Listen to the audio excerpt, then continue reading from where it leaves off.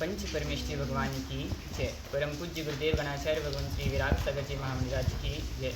परम पूज्य पट्टाचार्य भगवान श्री विशुद्ध सागर जी महामुनिराज की जय। परम पूज्य उच्चारणाचार्य भगवान श्री विनम्र सागर जी महामुनिराज की जय। परम पूज्य निर्यापक मुनि श्री विज्ञ सागर जी महाराज की जय। महानुभाव, 7 जुलाई परम पूज्य मुनि श्री विज्ञ सागर जी मुनिराज का अवतरण दिवस। इस वर्ष उनके 50 वर्ष पूर्ण होने वाले हैं। 51वें वर्ष में वो प्रवेश करेंगे।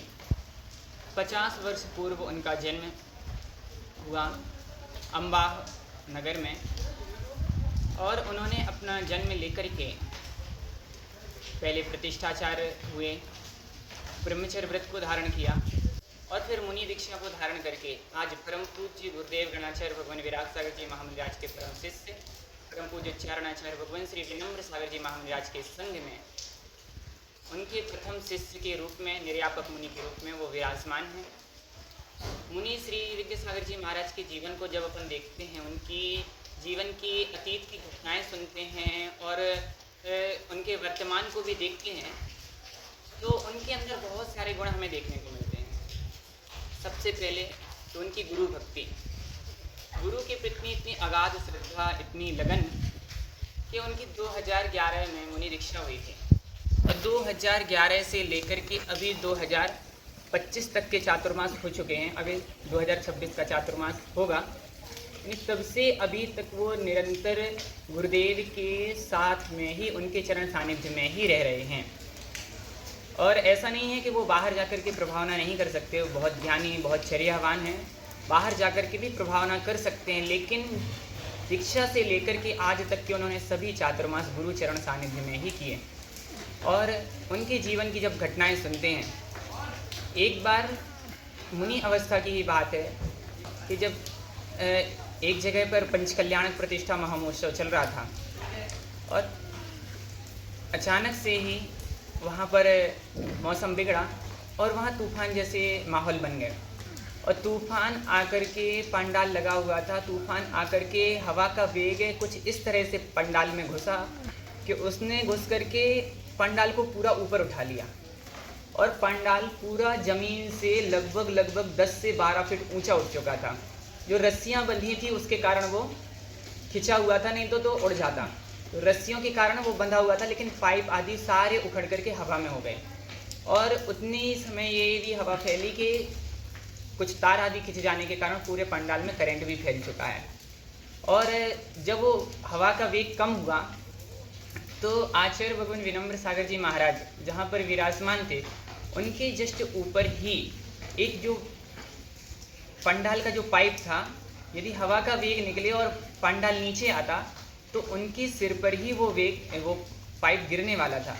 तो मुनि श्री ने देखा और मुनि श्री ने उस पाइप को पकड़ लिया, अपनी परवाह ना करते हुए, केवल गुरुदेव के ऊपर कोई अनहोनी ना हो जाए, इसलिए उन्होंने खड़े होकर के वो पाइप पकड़ लिया। और जब कहते हैं कि जब गुरु भक्ति मजबूत होती है तो प्रकृति भी हमारा साथ दिया करती है।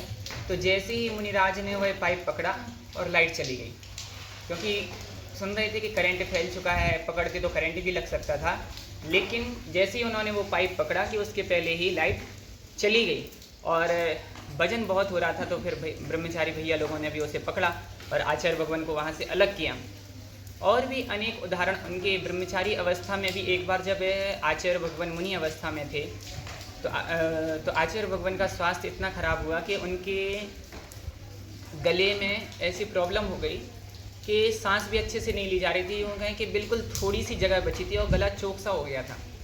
तो रात्रि में ही वो, अब उस टाइम पे मोबाइल भी इतने नहीं चलते थे कि सूचना समाचार कुछ हो जाए, तो रात्रि में ही वो एक साइकिल लेकर के 6-7 किलोमीटर दूर से लगभग वैद्य जी को लाने के लिए पहुँचे।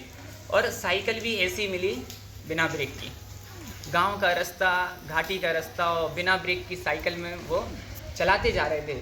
और इतने में ही सामने से एक बैलगाड़ी भी आ गई।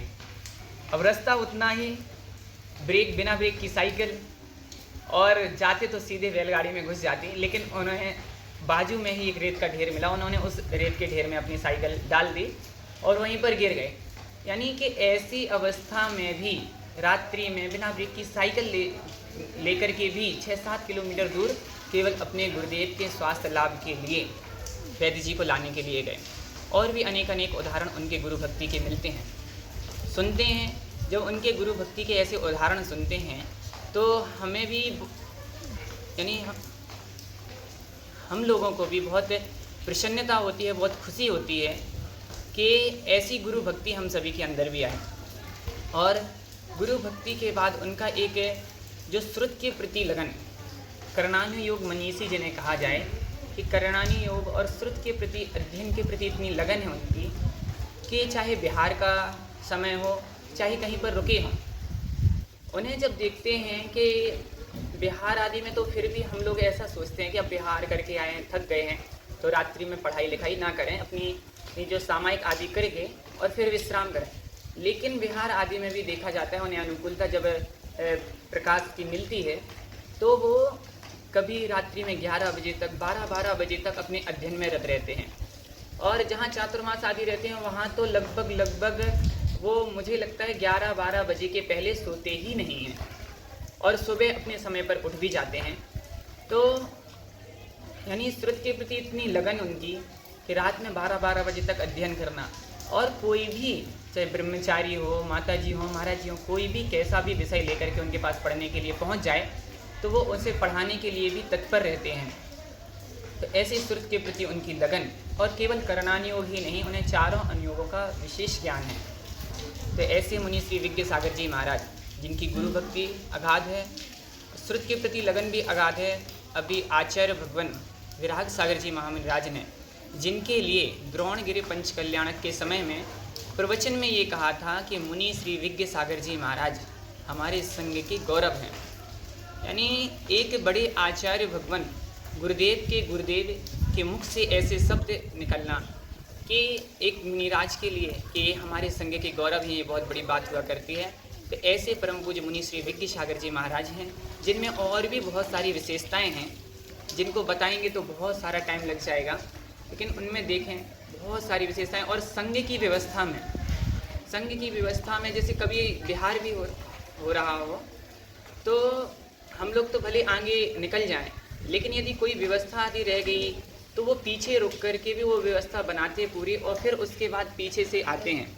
तो यानी ऐसे संघ की व्यवस्था में भी तत्पर ऐसे मुनि श्री विज्ञ सागर जी महाराज, जिनका 7 जुलाई को अवतरण दिवस है, तो उनके चरणों में हम सिद्ध भक्ति और विशेष रूप से श्रुत भक्ति पूर्वक उनके चरणों में नमोस्तु करते हैं।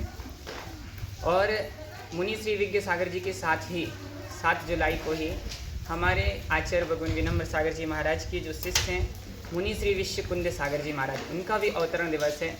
वो भी आचार्य भगवान के संग में रह करके अपनी साधना, अपनी त्याग तपस्या आदि कर रहे हैं। तो उनके लिए भी अवतरण दिवस की बहुत शुभकामनाएं देते हैं और यही भगवान से प्रार्थना करते हैं कि वो अपनी साधना करते करते एक दिन संलेखनापूर्वक समाधि मरण को प्राप्त करके अपनी इस साधना को सफल करें। इसी भावना के साथ जय बोलिए परम पूज्य गुरुदेव गणाचार्य भगवान विराग सागर जी महामुनिराज जी की जय।